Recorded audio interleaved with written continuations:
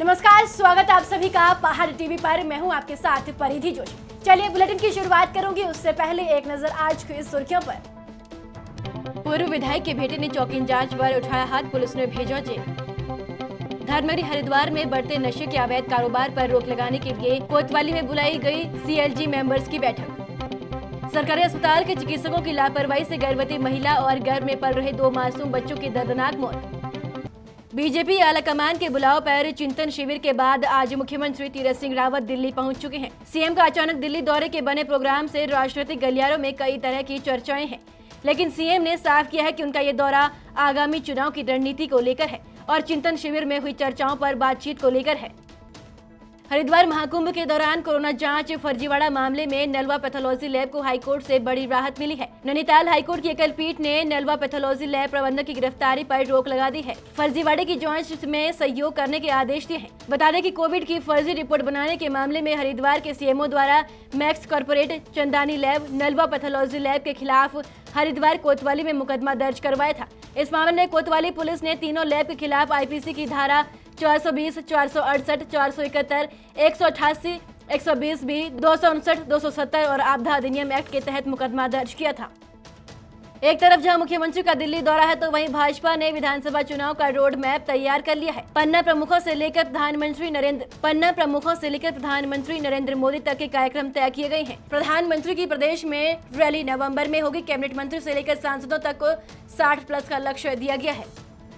राज्य में मानसून की सक्रियता के बावजूद मैदान से लेकर पहाड़ तक जबरदस्त गर्मी पड़ रही है। राजधानी दून में मंगलवार को अधिकतम तापमान 36 डिग्री तक पहुंच गया। इसके चलते लोग गर्मी से बेहाल रहे। बुधवार को भी पारा 37 डिग्री के पार रहने के आसार है। हालांकि रुद्रप्रयाग, चमोली, बागेश्वर, पिथौरागढ़ के कुछ इलाकों में हल्की बारिश होने की संभावना है। उत्तराखंड मांगे भू कानून अधिनियम आजकल सोशल मीडिया पर ट्रेंडिंग में चल रहा है। उत्तराखंड के युवाओं की मांग है कि उत्तराखंड में भू कानून अधिनियम जल्द से जल्द लागू किया जा सके, जिसके बाद अन्य राज्यों के लोग उत्तराखंड में जमीनों को खुर्द-बुर्द न कर सकें। लालडंग के पूर्व विधायक हाजी तस्लीम के बेटे को पुलिस पर रौब गाली करना भारी पड़ गया। अपने एक समर्थक की बाइक छुड़वाने गई विधायक के बेटे ने चौकी इंचार्ज पर हाथ उठा दिया। पुलिस ने इस मामले में विधायक के बेटे के खिलाफ मुकदमा दर्ज कर गिरफ्तार कर लिया है। उत्तरकाशी जनपद के यमुनोत्री विधानसभा के विधायक केदार सिंह रावत ने सामुदायिक स्वास्थ्य केंद्र चिन्यालीसौड़ में ऑक्सीजन प्लांट का शिलान्यास किया। ऑक्सीजन प्लांट शिलान्यास से पूर्व क्षेत्रीय जनता और भाजपा कार्यकर्ताओं ने विधायक का गर्मजोशी से स्वागत किया और अभिनंदन किया। विधायक केदार सिंह रावत ने अपने संबोधन में कहा कि जनता की मूलभूत आवश्यकताएं मेरी सबसे पहली प्राथमिकता है। धर्मगिरी हरिद्वार में नशे का अवैध कारोबार तेजी के साथ फल फूल रहा है। युवा पीढ़ी नशे की लत में पड़कर अपना भविष्य खराब करने को आमादा है। इस कारोबार पर रोक लगाने के लिए हरिद्वार कोतवाली में सीएलजी मेंबर्स की बैठक बुलाई गई। बैठक में मौजूद सभी लोगों ने हरिद्वार सीओ सिटी अभय सिंह को हरिद्वार में सुरक्षा से संबंधित तमाम समस्याओं से अवगत कराया। पुलिस अधीक्षक उत्तरकाशी मणिकांत मिश्रा के दिशा निर्देशन में नशा मुक्त उत्तरकाशी अभियान चलाया जा रहा है। इसी क्रम में क्षेत्राधिकारी बड़कोट के पर्यवेक्षण में भड़कोट पुलिस द्वारा ग्राम स्यालब से दिलमोहन सिंह को 5 पेटी 9 बोतल 22 अवैध अंग्रेजी शराब के साथ गिरफ्तार किया है। बरामदगी और गिरफ्तारी के आधार पर पुलिस द्वारा उक्त अभियुक्त के विरुद्ध थाना भड़कोट पर आबकारी अधिनियम के तहत अभियोग पंजीकृत किया गया है। आज 4 धामों के पुरोहितों का अनशन को लेकर 18 दिन हो चुका है। देवस्थानम बोर्ड के विरोध में प्रदर्शन कर रहे गंगोत्री यमुनोत्री के तीर्थ पुरोहितों ने अब आर पार की लड़ाई का मूड बना लिया है। इतना ही नहीं, अब उन्होंने तीरथ सरकार को 2 टूक बोल दिया है कि अगर देवस्थानम बोर्ड पर पुनर्विचार नहीं किया गया तो पुरोहित जल समाधि और आत्मदाह भी कर सकते हैं, जिसकी जिम्मेदारी सरकार की होगी। ये गूंगी और बहरी सरकार आज हमें 1 माह हो गया है आंदोलन करके, आज तक हमारी सुनाई नहीं हुई। हम उत्तराखंड सरकार से, माननीय मुख्यमंत्री से निवेदन करते हैं कि जो आपने हमको कहा था कि हम इस 51 मंदिर को जो मुक्त कर देंगे, आज तक आपकी घोषणा पूरी नहीं हुई। आपसे निवेदन करते हैं कि आप तत्काल इस 4 धामों को देवस्थान बोर्ड से मुक्त किया जाए। एक तरफ आप हमसे वार्ता करते हैं, दूसरी तरफ जो आप बोर्ड के मेंबरों का करते हम जितने भी मेंबर बने हुए बोर्ड के, हम इन मेंबरों का विरोध करते हैं। अगर इन मेंबरों का अगर आप तत्काल निरस्त किया जाए, जब तक हमारी मांग नहीं थी, आज हमको मजबूर होना पड़ रहा कि आज हम इस तीर्थ स्थान में बैठ के जो है, हमको आज जो 1 महीना पूरा हो गया, अब तक जो सरकार की तरफ से कोई भी सकारात्मक कदम नहीं है। हम इस देवस्थान बोर्ड का घोर विरोध करते हैं। आप हमें मजबूर मत करिए। हमारी सरकार से निवेदन है कि हमें आप आंदोलन करने के लिए मजबूर मत करिए। आज विगत कई दिनों से देवस्थानम बोर्ड के खिलाफ श्री यमुनोत्री धाम तीर्थस्थल में मां यमुना शीतकालीन मंदिर में यहाँ पर आज भी अनशन देवस्थानम बोर्ड के खिलाफ जारी है। और जब तक यह काला कानून सरकार वापस नहीं ले लेती है, जो कहीं ना कहीं भावनाओं को अनदेखा करके यह जो एक निर्णय लिया गया, कहीं ना कहीं आज सरकार भी सोच में होगी, क्योंकि उनकी भी भावनाएं इन तीर्थ धामों से जुड़ी हुई हैं। आप भी हिंदू सनातन प्रेमी हैं और हमने आपको इन्हीं भावनाओं के अनुरूप सरकार में चुनकर दिया है कि आप हमारी भावनाओं को समझेंगे। और आज जिस प्रकार की पीड़ा समस्त तीर्थ पुरोहित समाज के भीतर है, आज कहीं ना कहीं किसी को समझनी पड़ेगी। अल्मोड़ा जिले के विकासखंड सल्ट क्षेत्र के ग्राम देवायल निवासी लक्ष्मण सिंह की 24 वर्षीय पत्नी मंजू देवी जो कि गर्भवती थी, इस महिला की चिकित्सकों की लापरवाही के कारण दर्दनाक मौत हो गई। वहीं मृतक महिला के गर्भ में पल रहे मासूम बच्चों की मौत हो गई। मामले में क्षेत्र के पूर्व ग्राम प्रधान गोपाल सिंह ने आरोप लगाते हुए बताया कि महिला को उपचार के लिए परिजन पहले गांव के ही प्राथमिक स्वास्थ्य केंद्र में ले गए, जहां चिकित्सकों ने पहले तो आने में ही समय लगा दिया और जब चिकित्सक पहुंचे तो उन्होंने महिला को उपचार के लिए हायर सेंटर रेफर कर दिया। हमारी ग्राम सभा देवायल से महिला को 2 बजे स्वास्थ्य केंद्र देवायल लाया गया। 2 बजे से 3 बजे तक मैं वहाँ पे कर्मचारियों ने 20 मिनट बाद आए, उनसे हमने पूछा क्या पोजीशन है, उन्होंने कोई जवाब नहीं दिया। उसके बाद हमने कहा कोई एम्बुलेंस की सुविधा कर दीजिए, उन्होंने कहा एम्बुलेंस की सुविधा भी नहीं है। 3 बजे मैं प्राइवेट गाड़ी से उसको लेकर रामनगर स्वास्थ्य केंद्र पहुँचा और 3 बजे यहाँ पहुँचने के बाद मैंने 5 बजे हम यहाँ पहुँचे। 5 बजे मैं अंदर उसको एम्बुलेंस में ले गया। 20 मिनट बाद यहाँ के डॉक्टर आते हैं चेक करने के लिए, 20 मिनट बाद आते हैं और उसके बाद कोई जवाब नहीं देते हैं। उसके बाद हमने उनसे पूछा अगर यहाँ पोजीशन ठीक है तो हम आगे उठाएं, उन्हें कोई जवाब नहीं, आगे ले जाओ। उसके बाद हमने एम्बुलेंस के बारे में पूछा, कोई एम्बुलेंस की सुविधा हमको नहीं मिली और फिर हमने प्राइवेट गाड़ी मंगा करके हम उसको हल्द्वानी ले जाते बैलपड़ाव जाके उसने दम तोड़ दिया। और बैलपड़ा दम तोड़ने के बाद हम उससे रामनगर चेकअप करने के लिए शाम को लेके आए। उनने मृत घोषित कर दिया। हमने उनसे रिक्वेस्ट करके इसका यूरिन पाइप निकाल दिया जाए, ये यूरिन पाइप को लेके हम कहाँ जाए। उन्होंने साफ मना कर दिया हम यूरिन पाइप नहीं निकाल दें। हमने रिक्वेस्ट भी करी, रिक्वेस्ट करने के बाद भी उन्होंने यूरिन पाइप नहीं निकाला और उसको हम वैसे कि वैसे सर्टिफिकेट ले गए, घाट उसको ले गए। ये बहुत दुखद घटना है। देखिए, प्रथम दृष्टया ये विषय संज्ञान में आया है कि एक महिला जो कि ट्विन प्रेगनेंसी था जिसका, वो चिकित्सालय में आई थी जो कि हाई रिस्क प्रेगनेंसी थी। प्रीवियसली एक ट्विन प्रेगनेंसी और एक सिजेरियन उसका ऑपरेशन हो चुका था। जैसा कि गायनेकोलॉजिस्ट ने अवगत कराया है कि क्योंकि उसकी कंडीशन ख़राब थी और हाई रिस्क प्रेगनेंसी थी तो उसको हायर सेंटर रेफ़र किए जाने की आवश्यकता थी, तो उसको जो है कि हायर सेंटर रेफ़र कर दिया गया है।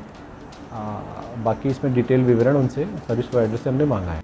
महीने में आयोजित होने वाला मौन मेला कोरोना महामारी के कारण स्थगित हो गया है और पिछले साल भी कोरोना को लेकर मौन मेले को स्थगित किया गया था। बता दें कि मौन मेले का आयोजन हर साल जून के अंत में यमुना की सहायक नदी अलगाड़ के तट पर होता है।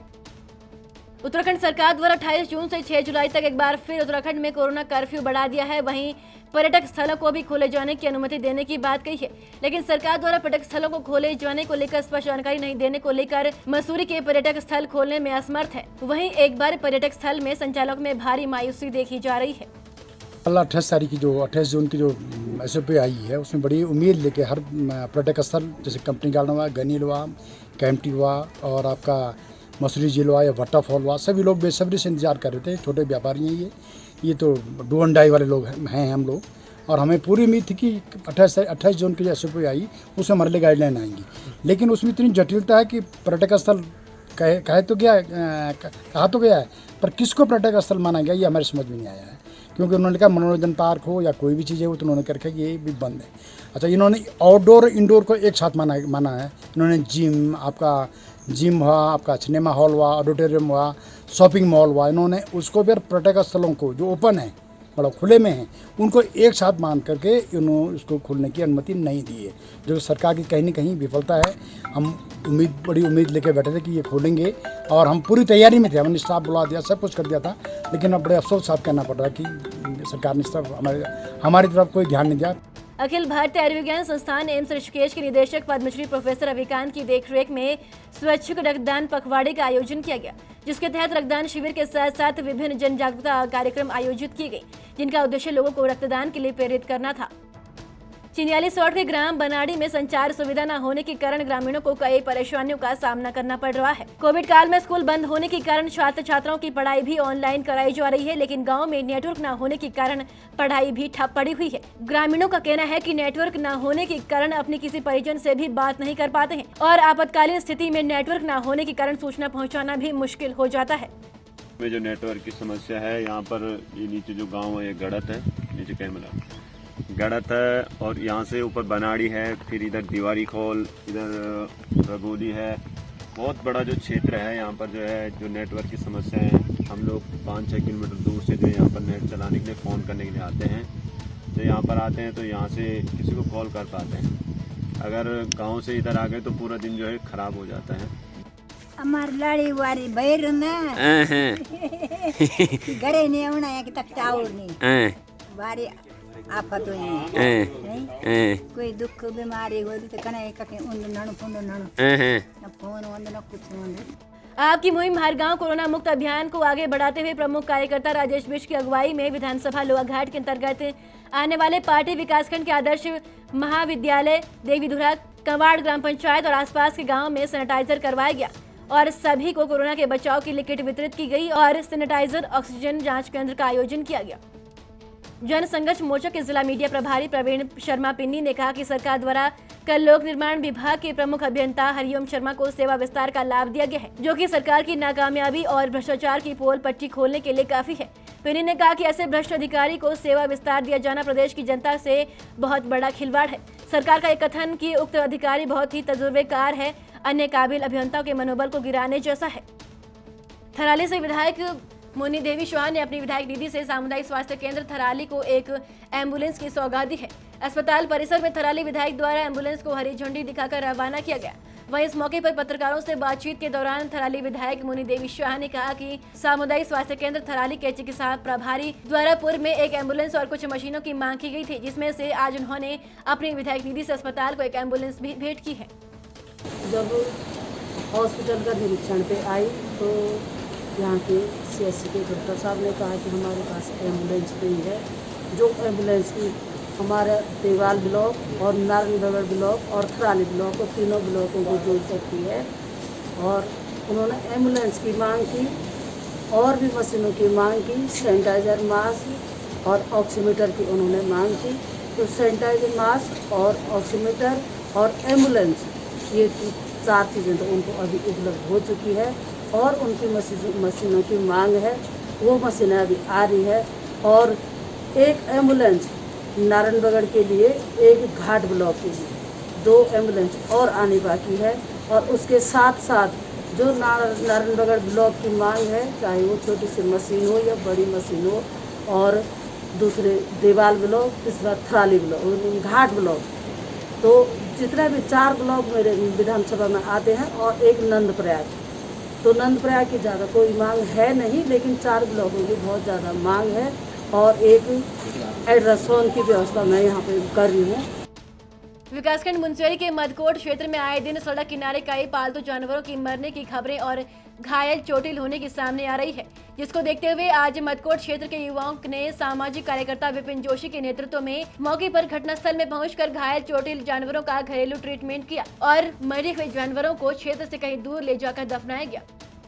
क्षेत्र की जनता से मैं अपील करता हूँ कि मधकोट और दिब्रुगढ़ क्षेत्र में पालतू जानवर को जिस तरह से भगाया जा रहा है, रात को गाड़ी में डालकर इन्हें यहाँ छोड़ा जा रहा है, उन पर खासकर बहुत ज़्यादा समस्या देखने को मिल रही है। चारा न मिल पाने के कारण जानवर चट्टानों से गिर जा रहे हैं। पानी की प्यास बुझाने हेतु जो जानवर नदी किनारे जा रहे हैं बह जा रहे हैं। क्षेत्रवासी इनका रेस्क्यू कर निकाल रहे हैं, जिस कारण अपने जान जोखिम में डालकर वो अपने पर भारी समस्या देखने को मिल रही है उनको। और मैं प्रशासन से अपील करता हूँ कि ऐसे लोगों पर उचित कार्रवाई करें। खासकर पशु विभाग से कहना चाहता हूँ कि इनके कान पर लगे टैग नंबर को देखकर उनके मालिक का पता किया जाए और उन पर ठोस कार्रवाई करने का कष्ट करें। उत्तराखंड की बड़ी खबरों में फिलहाल इतना ही और अब हमें दीजिए इजाजत। बाकी अपडेट के लिए हमारे साथ बने रहिए और देखते रहिए पहाड़ टीवी। नमस्कार। ये है मेरा उत्तराखंड।